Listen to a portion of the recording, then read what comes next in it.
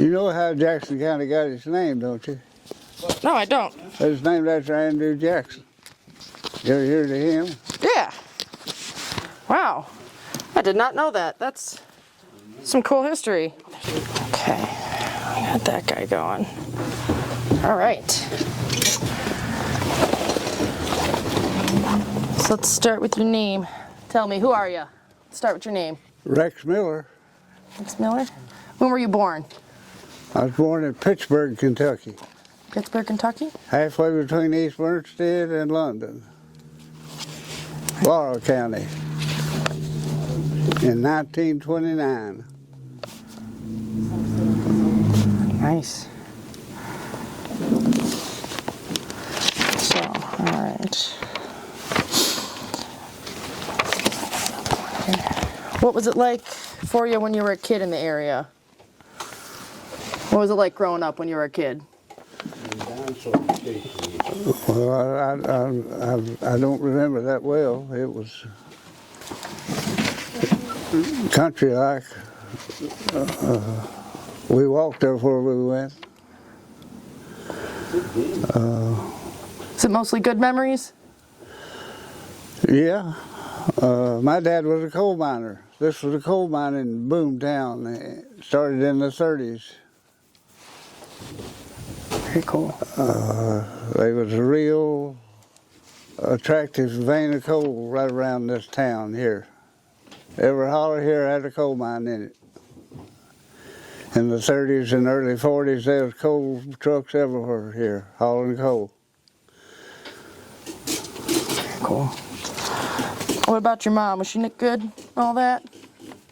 My mom was just a housewife. Gardened and canned and washed and cooked. Had a big wood stove. Any brothers or sisters, siblings? Had a brother died before I was born, and one sister that lived to be 81 years old. Raised 4 children of her own. All of them did well. Good. Okay, good. That's pretty cool. All right. What else we got here?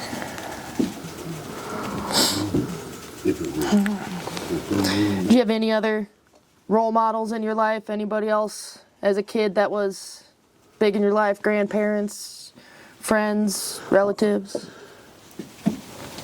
The slate fell on my daddy's daddy when he was 11. My daddy was 11. And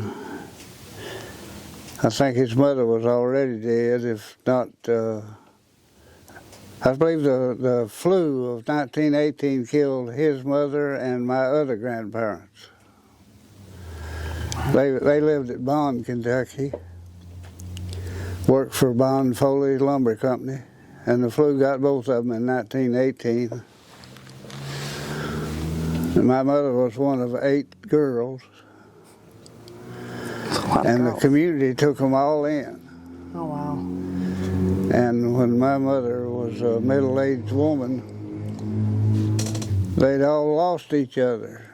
When the sawmills and the timber played out here, everybody moved, and they didn't know where they all went. Oh, got scattered. And one of them found my mother, and they found another one in Harrogate, Tennessee, and there's the only 3 ever got back together. Know what happened to the others.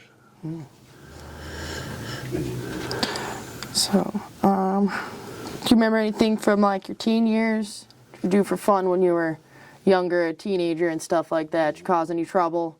Get into some ruckus or anything like that? No, never been arrested, never was in no real trouble.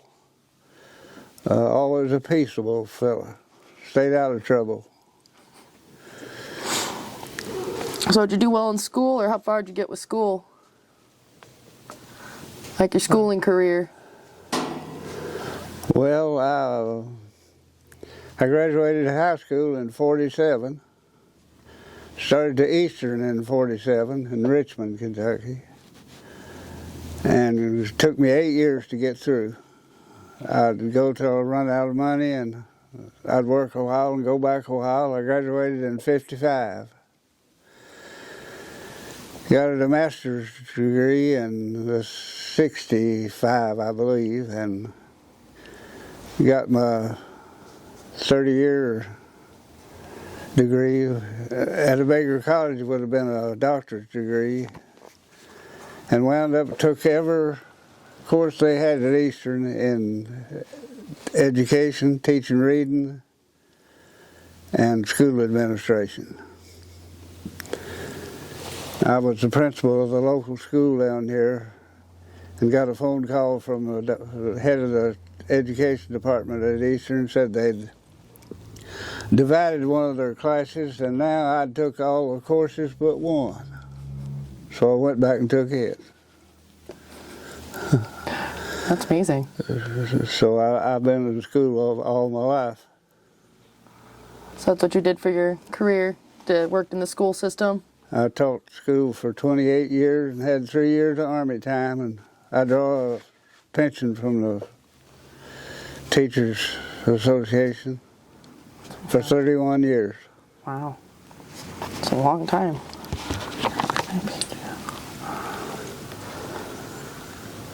Wrote stuff down, but that's not a word.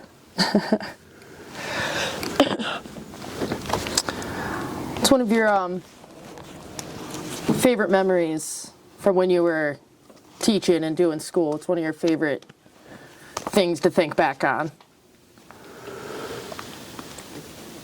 Well, I enjoyed the ball games. I coached all the time I taught, and I didn't coach while I was the principal. We had a young man who taught there, and I let him coach. But I enjoyed the ball games about as much as anything. Mm-hmm. That sounds really nice. I was in a band when I was younger, so I was with the football. We got to travel around with them. We never played football. We played basketball and softball. Nice. What else do I got? So tell me about, did you have any family? Did you ever get married, have any kids? Yeah. I married a young girl in 1954, and we had a boy and 2 girls. And cancer killed my boy and my oldest girl, and the one you talked to back there is the only one I got left. Wasn't for her, I'd be in the nursing home. Nice daughter to have then. It's great to have good children. Mm-hmm. So, let's see.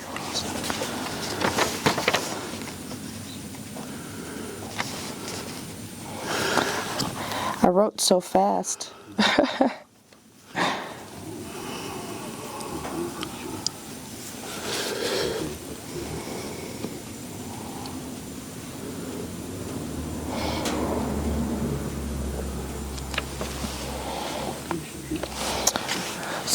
All right. What have you thought about living out here in the mountains? Is this somewhere that you've enjoyed, or have you ever thought about wanting to move somewhere else? No, I never could wait to get back if I left for somewhere. That's the only time I ever left somewhere to go hunting. I've loved hunting all my life. I'm a shotgun shooter. I shoot quail and grouse, ringneck sometimes. Went to Nebraska and hunted, I believe, 15 years in a row. Boarded with the same farmer for 15 years. And he bought him a new car and come to visit me one summer and stayed a week with me, and I showed him all over this country. And the last thing he said to me when he left was, Miller said, I don't see how in the world you make a living here. These hills, he's used to flat land and acreage, you know. And we had small farms and made our money growing small patches of tobacco. And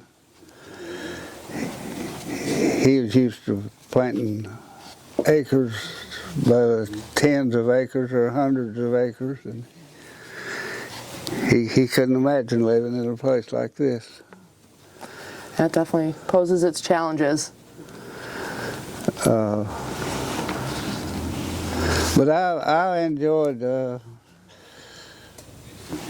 government land. I hunted on the government land most of my life. And in them 31 years that I taught school, every day there wasn't no school, I went a-hunting.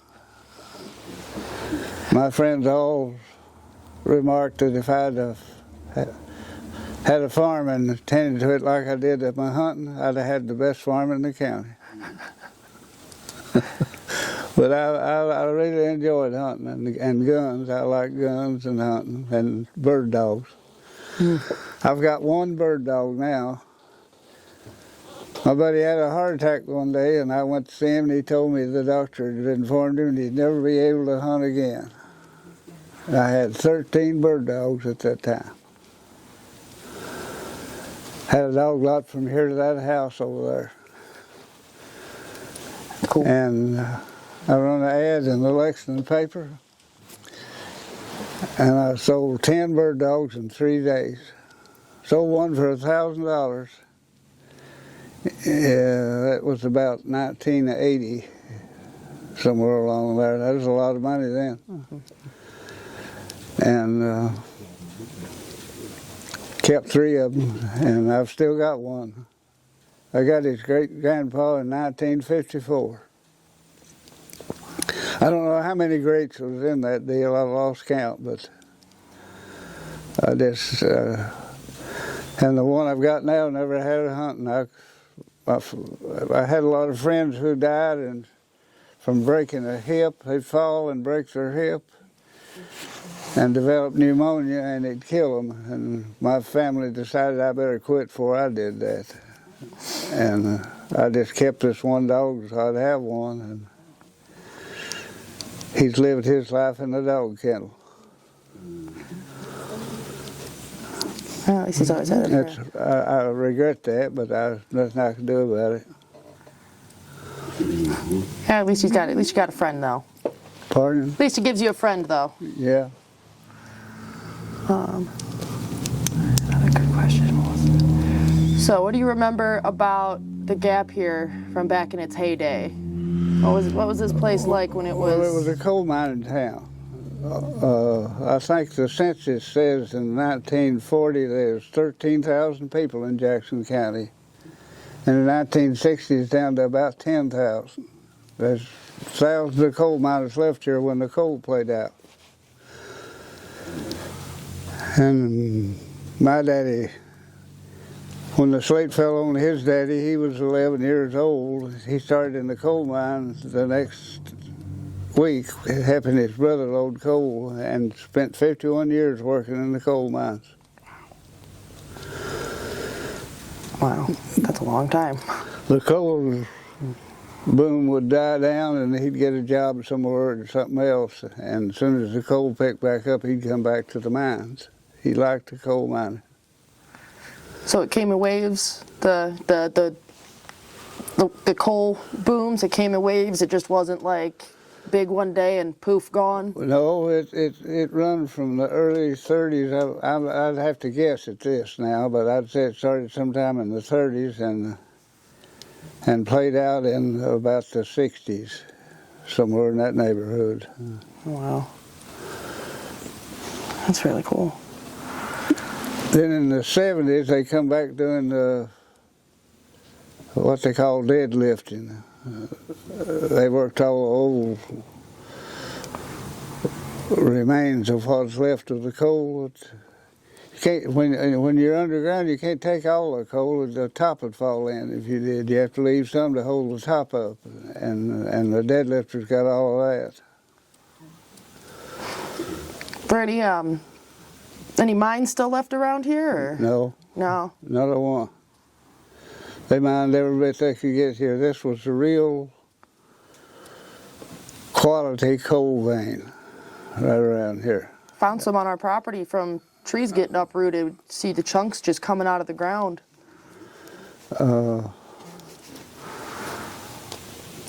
Well, we still have some timber cutting here now, but the government quit selling their timbers, lessened the industry quite a bit.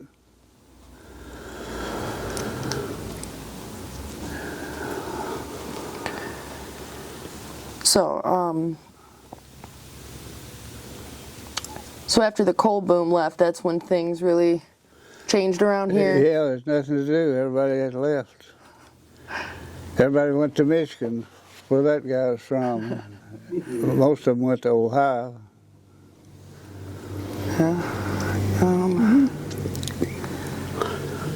I suspect some of them went up east to work in the mines there, but a lot of people went to Dayton and Connorsville. Them was the two towns I heard mentioned a lot. So all the old mine shafts that are left, did they get all collapsed in and buried, or are there any abandoned ones floating around anywhere? There's nothing you don't want to venture into, I wouldn't think, but there's lots of places where the surface has sunk where the mines were. That's neat. That's neat. Where was I? That's not the right page.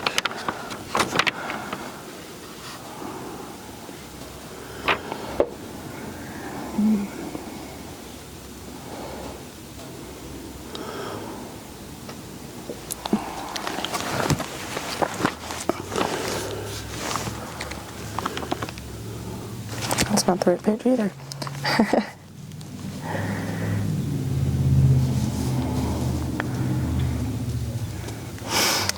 So what would you say is the best thing about living out here in the mountains and living this kind of life? Hunting. Hunting? Yeah. Yeah, if you like to hunt, this is a great country. Oh yeah. Oh yeah, it is. There's all sorts of great stuff here. All right. So it's your years of a teacher and living out in these parts. What's a message you think you'd want to give to people? It's a good message you want to send on to people after living all these years and living your life as a teacher and stuff.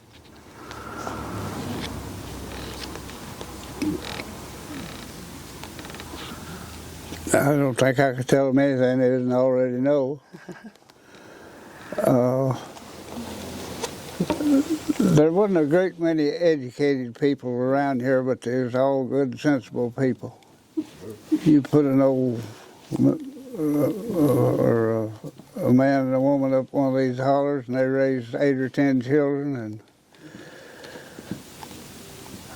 and feed them all those years and take good care of them. They had to be intelligent, working people, and that's what most of these people are here. Oh yeah. They can do most of the things that needs doing themselves. Oh yeah. It's a big misconception that people from these parts are, because they're not educated, that means, they're not smart.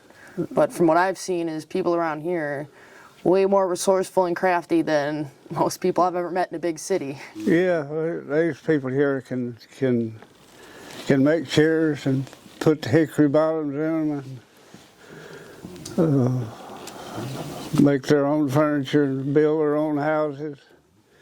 Oh yeah. We had a spell here not long ago when people come in here collecting log cabins. They'd tear them down, move them somewhere, and I've got one in my yard that was put up in 1917, was the last community house raising in this country. All the neighbors come in and built this fellow a house in 1917. Wow. And his grandson or great-grandson inherited it and wanted to go to back where the house was, and he asked me if I'd like to have it. Said, if you don't want it, I'm going to burn it. And it was a 18 by 18 log house with a lean-to built onto it from sawed lumber that they used as a kitchen and dining room.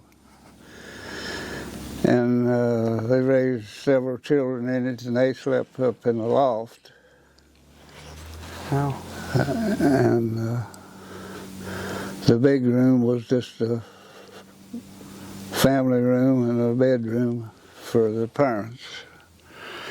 And I tore it down, moved it on my place. It's still there. Wow. That's pretty cool.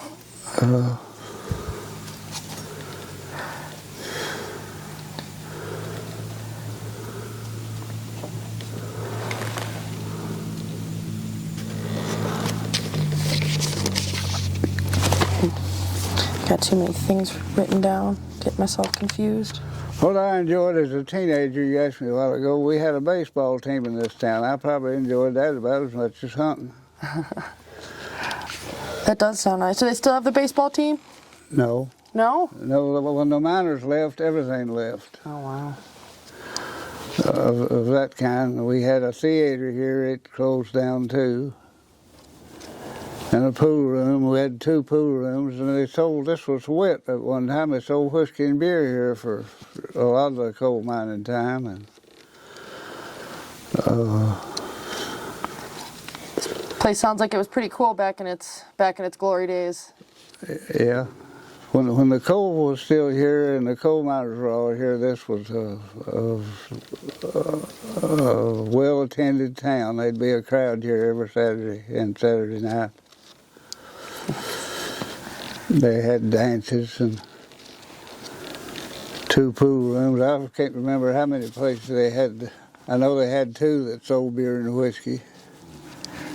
I wasn't allowed in either one of them. I was still, I don't know, I was 10 or 12, somewhere along there.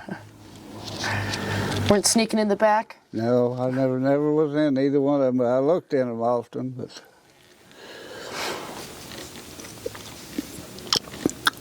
And my daddy didn't drink, so he never attended none of them. But a lot of my folks did. I had a cousin who got drunk and fell off the porch and broke his neck, killed himself. Oh my. Goodness. That's one way to go. Yeah.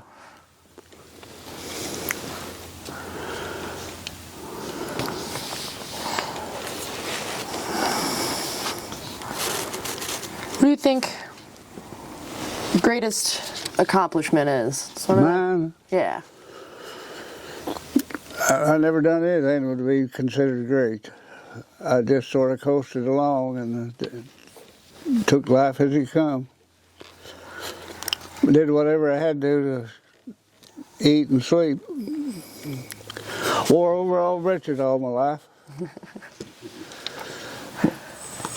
Practical. They're practical. They work well. Yeah.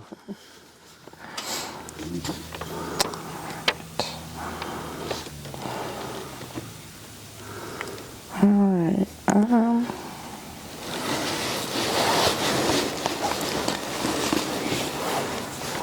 What do you hope to see for this area?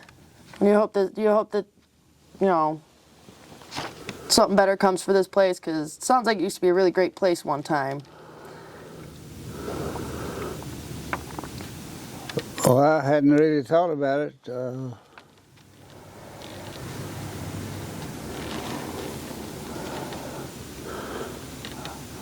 only thing I can think of that would ever work here is some kind of furniture factory.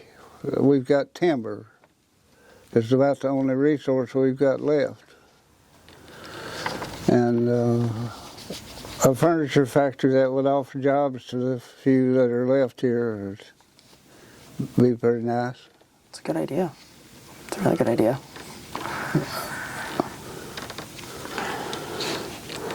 Okay.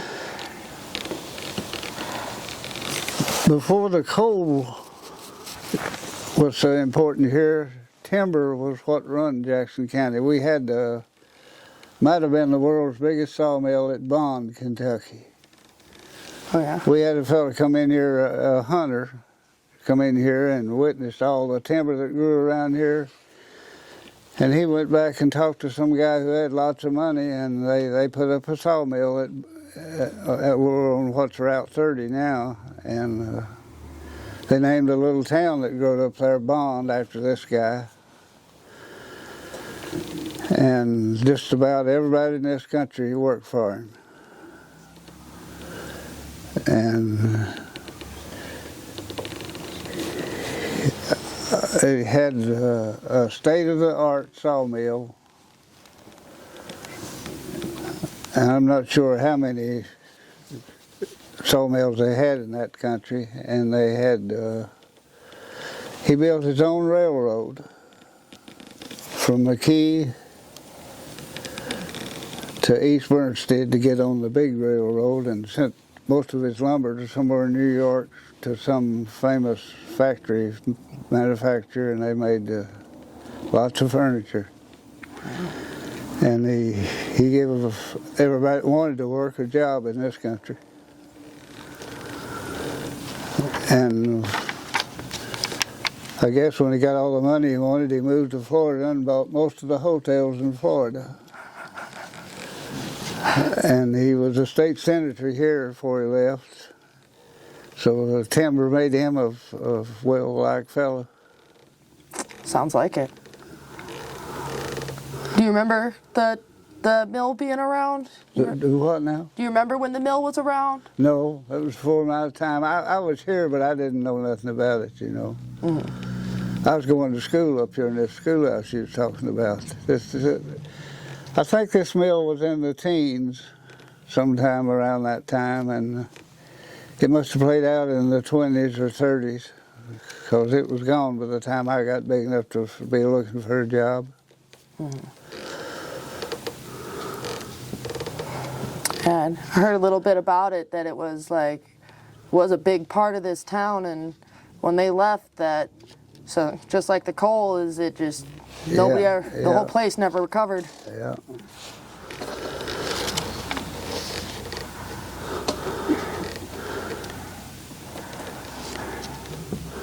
You hear a lot of stories about people working there, but I didn't know much about it.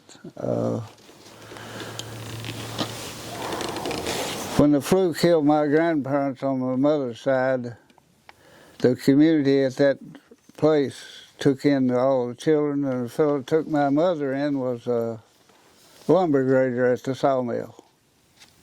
One of the better jobs there. And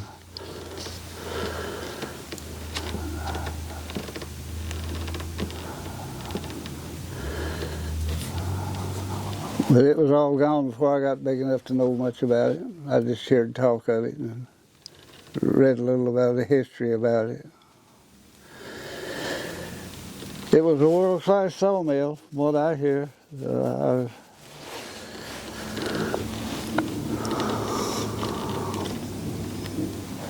cool. All right. Better. There we go. It was getting, whoop, that moves.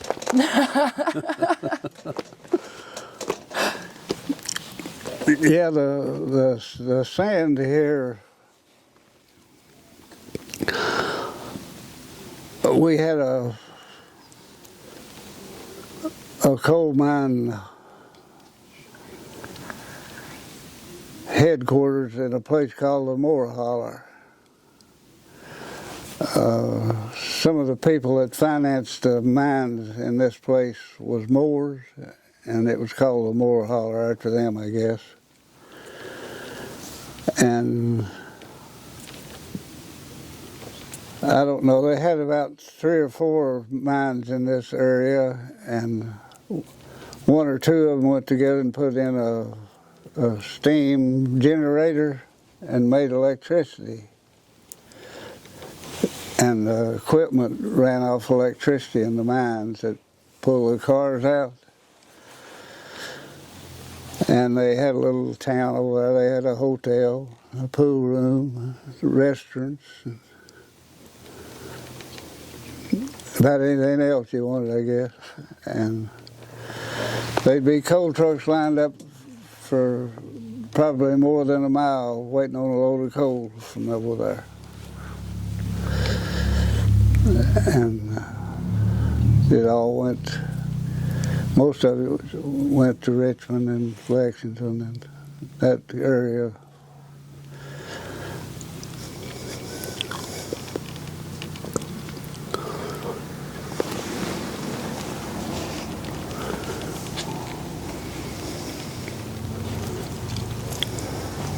It's really cool. There's a lot of history behind this place. So it's pretty neat to get a little insight of how this place came to be and all that. Well, about all out here that produces any money was the coal and the timber and tobacco farming. Now there's got to be several cattle farms. People are into growing cattle.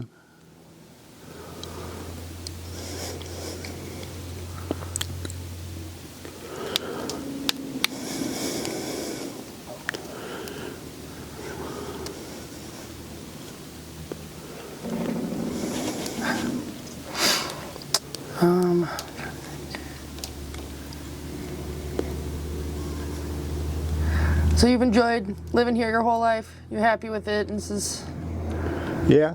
cool. Yeah, I still come out here about every day. I've got too old to drive, according to my family. They don't want me to drive, so I haven't driven in about 2 years. I've got me a side-by-side, a Honda that I ride. And some of the better memories that I had, I didn't mention to you in somewhere about the late 60s or early 70s, my boy got in with the rest of the boys around here, and they got enhanced with motorcycles. And I probably bought the first trail bike ever come in here. And our place got to be the headquarters on Sunday for the motorcycle riders. They'd be the biggest crowd we ever had. I think we counted them there one Sunday. We had 32 motorcycles at my place. And we'd ride these government trails, get back after dark. And we'd wind up in Rockcastle County or Horselick Creek, somewhere, and just wherever we took those to go. And we had 3 motorcycles, and let's see, at one time we had 4, I guess, and we just enjoyed that quite a bit.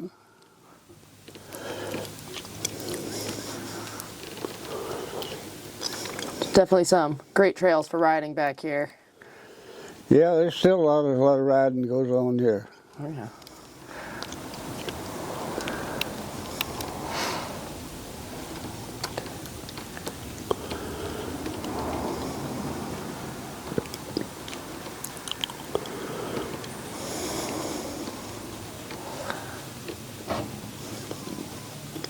All right, I think I'm about running dry on questions. So, unless you got any memory you want to share or anything.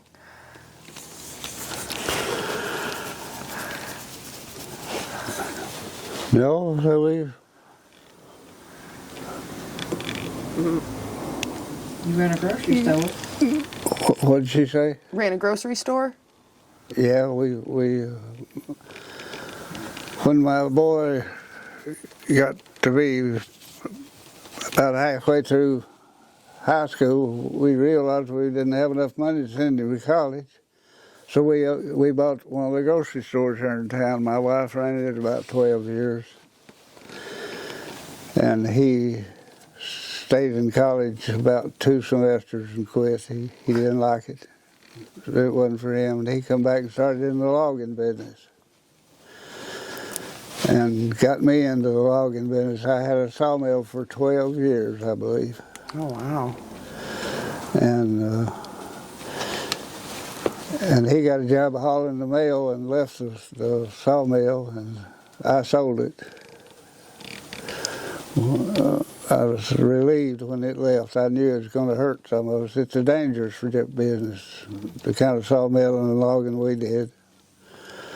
But we got by without getting hurt. And he was a rural mail carrier and had some rare cancer that killed him. Wow. He had 2 boys. They're my great-grandsons. They're still going strong. Do you ever get to see them? Oh, yeah. Yeah, they live in the other end of the county, but I see them pretty regular. Well, that's nice. How old was your son when he passed? 51. He's in his 50s, I believe. Wow.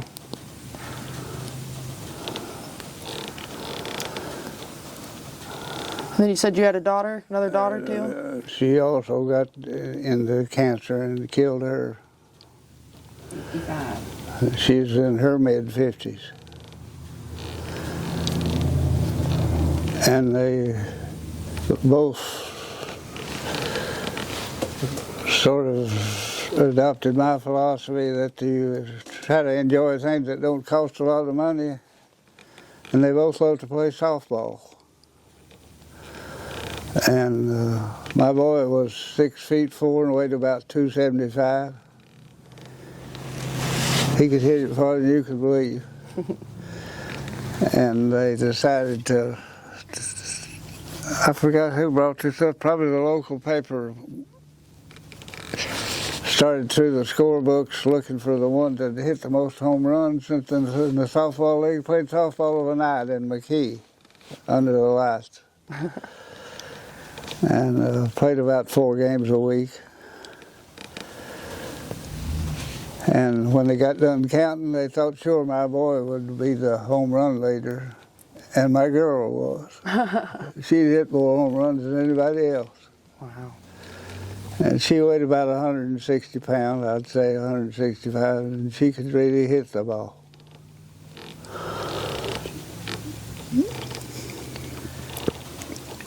Did she ever have any kids? Yeah, she's got 2 kids. One of them was a replica of my daddy. He's about 6'2" and weighs about 240. And the other one is the secretary at the high school. Nice. And decided she'd get her a teacher certificate. She's ready to start in Cumberland College. Very nice.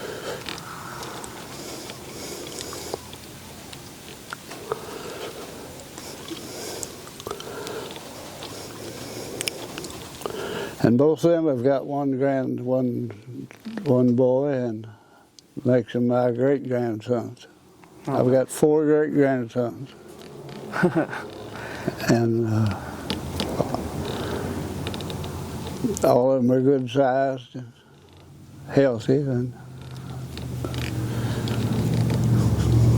Oh, that's nice. You still are, yeah, still got to be blessed with a large family still. yeah.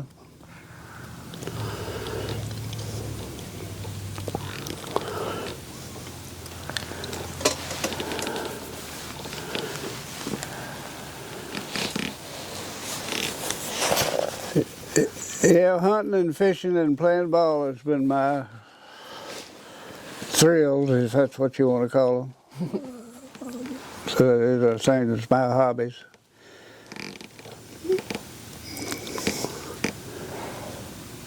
And this area was home to a lot of Indians. Every field you plow up and every rock house you look under has got Indian relics under them. And you can find arrowheads and tomahawks and necklaces and all kinds of Indian tools. Rocks. But they're all gone now? There's none of them left, or? All what gone? Are all the relics, or? All the Indians. Is there any tribes left? No, or any? there's no Indians left. The Indians They must have found better places before the white man got in here. They wasn't many Indians here when the white man comes away. I understand it. They'd all Fled. there are lots of histories that have little different stories about it, but it seemed like that there was Indians to the north and the south, and they sort of fought each other over who got this land. They both claimed it, and they both hunted in it, but there wasn't nobody here when the white man come. Very cool.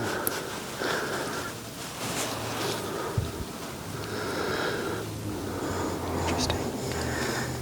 That's another thing I want to. This next one I might delve into is try and find the history of the Indian tribes that were around here too before we came along and kicked them out.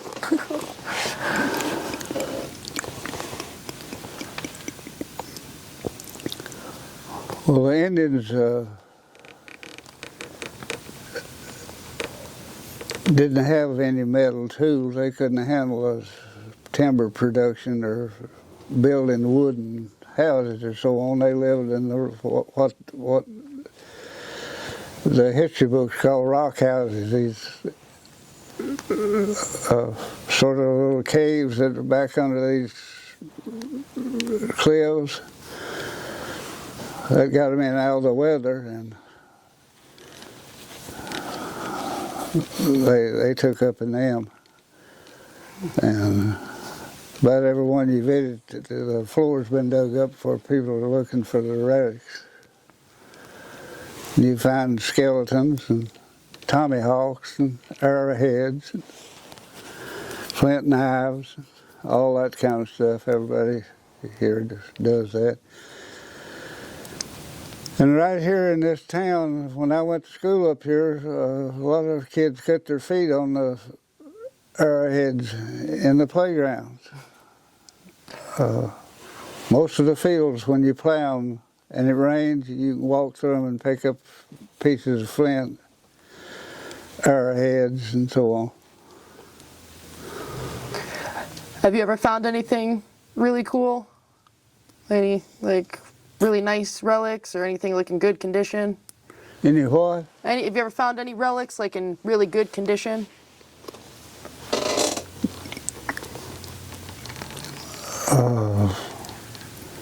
Arrowheads and tomahawks. Yeah. Yeah, I've probably got 15 or 20 tomahawks and 5,000 or 6,000 arrowheads. Oh wow! So they're everywhere. Yeah. Oh wow! And I've collected them all my life. When I was a boy, we lived on the road that had a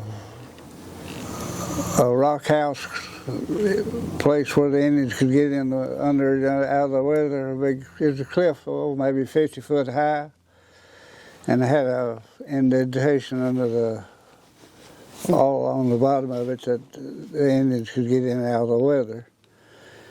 And it had a spring water run out that they could use, which made it ideal for them. And they must have lived there for thousands of years, because I've dug in it for years.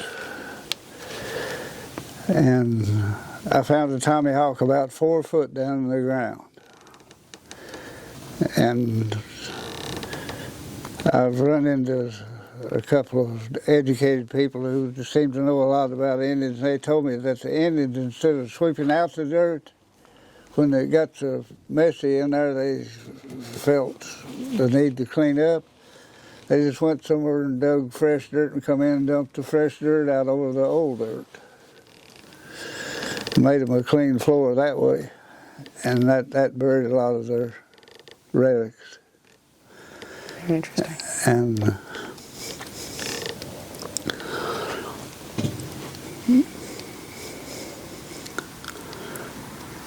yeah, Indian relic collection was one of the things that about everybody does here.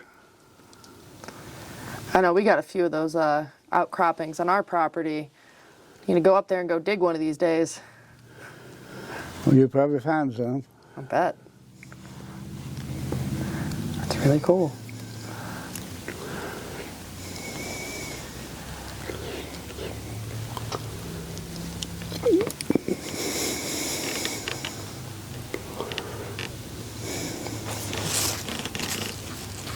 Going over everything in my head. Trying to see if I missed anything.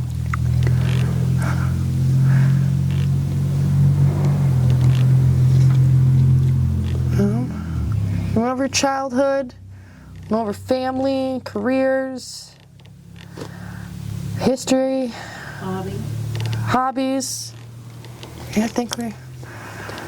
All right, I think about got it. I'm running out of questions here for you. So, definitely want to say thank you so much. This was really fun, really cool to get to know a little bit about this place. And if you think anything else, I can come back up here and bother you one of these days. Let me tell you about starting his teaching career. Oh, starting your teaching career. Where he was 18. You were 18 starting your teaching career? Yeah, when I got out of high school, it started to Eastern. A lot of the veterans were, they hadn't turned them all loose. There wasn't no men around, nobody, no teachers. And I think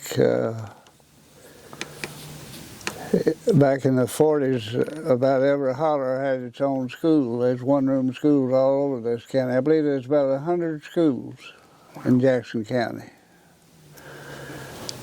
And not that many teachers. And I got a job teaching school after I'd been to Eastern a year. And I had to walk about 3 miles to get there. And it's down a big holler, and had about 20 kids.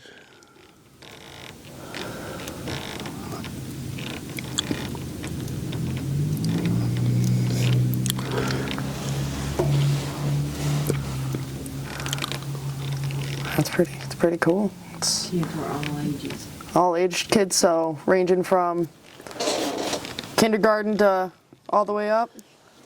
Or No, we started with what we call the first grade to the 8th grade.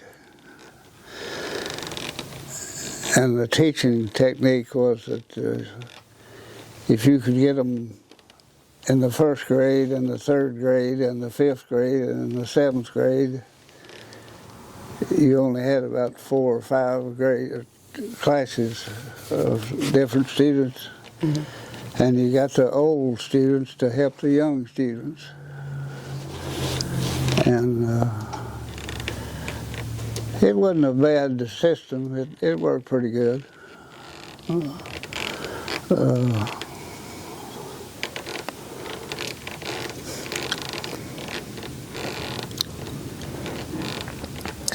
when did you change from a one-room schoolhouse to like a bigger school and start like teaching with other teachers and other students in classrooms and things? Well, I got out of Eastern in '55. I started teaching in '55. And I'd been in the Army. Let's see, I got out of the Army in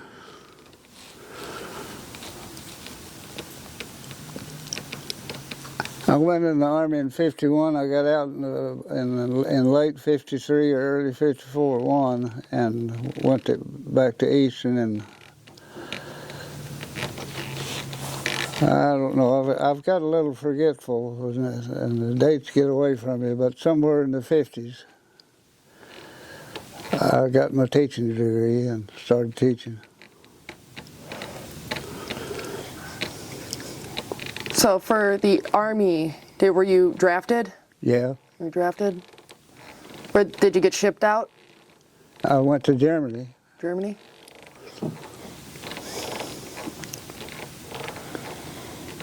Did you ever see any combat, or were you just stationed? No, there wasn't no fighting in Europe at the time I was there. All the fighting was in Korea. My company went to Korea, and I had an accident kept me back I was in the 101st Airborne, and they like to have two men wrestling teams, one on the other's back, and they wrestle two men. That way, if you could get him off his back or down, you was the winner. And I had a big colored boy in my squad that was probably the strongest person I ever seen. I rode his back, and we was the champions of Camp Breckenridge, of the wrestling team. And the cadre had a same kind of wrestling, and their champion challenged us, and I had a neck hold on the one. I just about had him off, and he hit me in the mouth with his elbow and knocked my teeth out. And I had to wait while the Army fixed me a partial plate. And my company shipped out to Korea, and I went to Germany when they got my teeth. About 3 weeks after my company left, my teeth come in, and I went to Germany as a single replacement. The first scout in the infantry.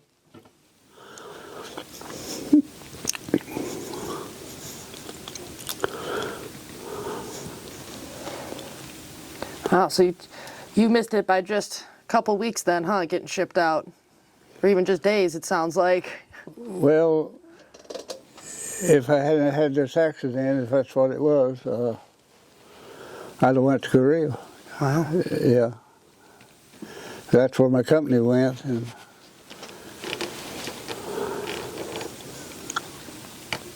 Did you ever hear from any of them again, or keep in touch with any of them from your old company? no, the colored boy that was the champion wrestler with me, one day he got in the crap game and won all the money in the crap game. And come in and woke me up at 2 o'clock in the morning and borrowed my flashlight, and I seen him lay that flashlight on his pillar on his bunk was right next to mine. And he pulled his fatigue jacket out, and all that money fell out on the bed. And he was counting it when I went to sleep, and I never seen him again. He went AWOL with all that money. He was from Cincinnati. And I'm sure he had a good time. No telling where he is now. It's pretty funny.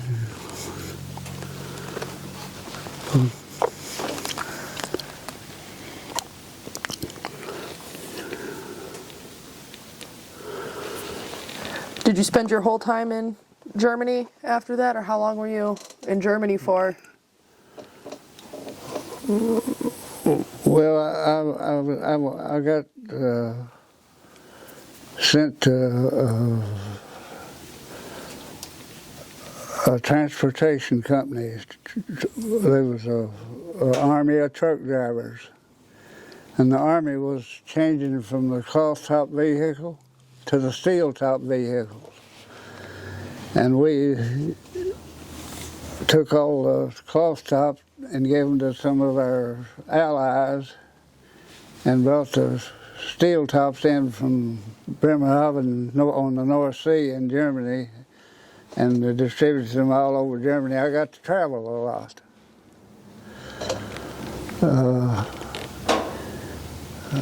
I couldn't hope to remember all the places I've been in Europe, still living in my trucks.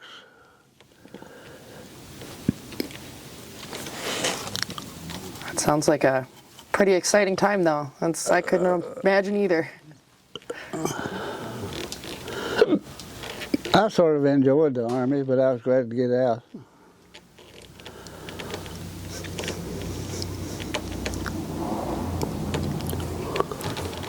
Yeah, you definitely got lucky, that's for sure. Yeah. Yeah. Yeah.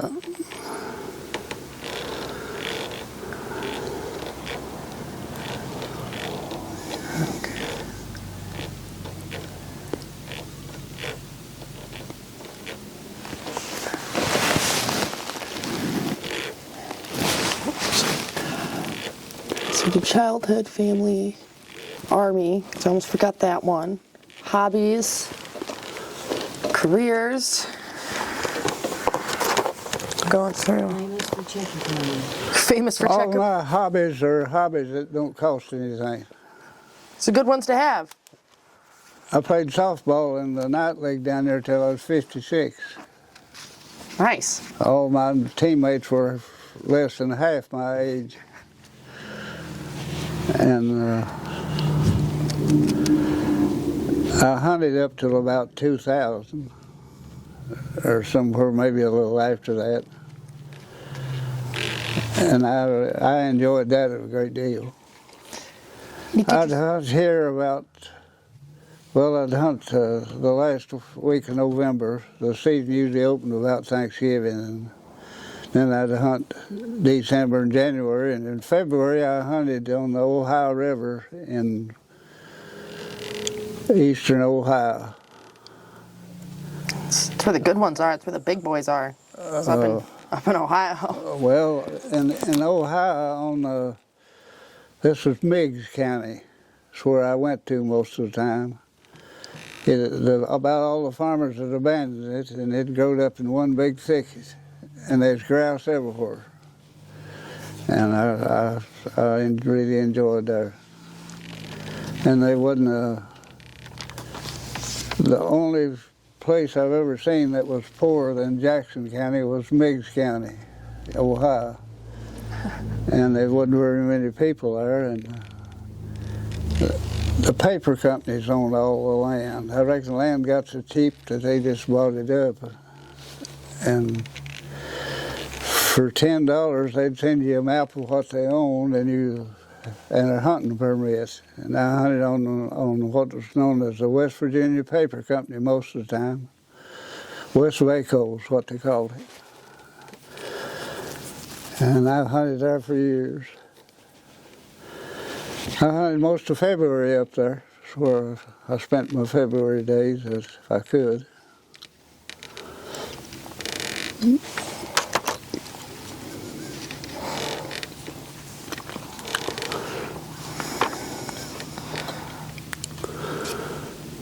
Okay.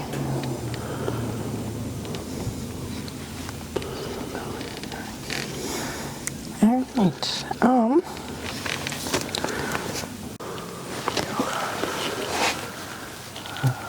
I sort of enjoyed being a hillbilly and a country boy. Lived a good life. Yeah. What you have.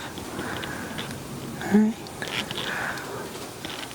Looks like we're getting ready to lose some battery and stuff here, so. Steffi, I want to thank you very much for that. That was nice, and I'll come up here again soon and bother you again. You can tell me more stories that you come up with and give me more cool history about this place. Okay. So, thank you again so much, Rex, and I really appreciate it. It was really great talking to you. So, yeah, thank you very much.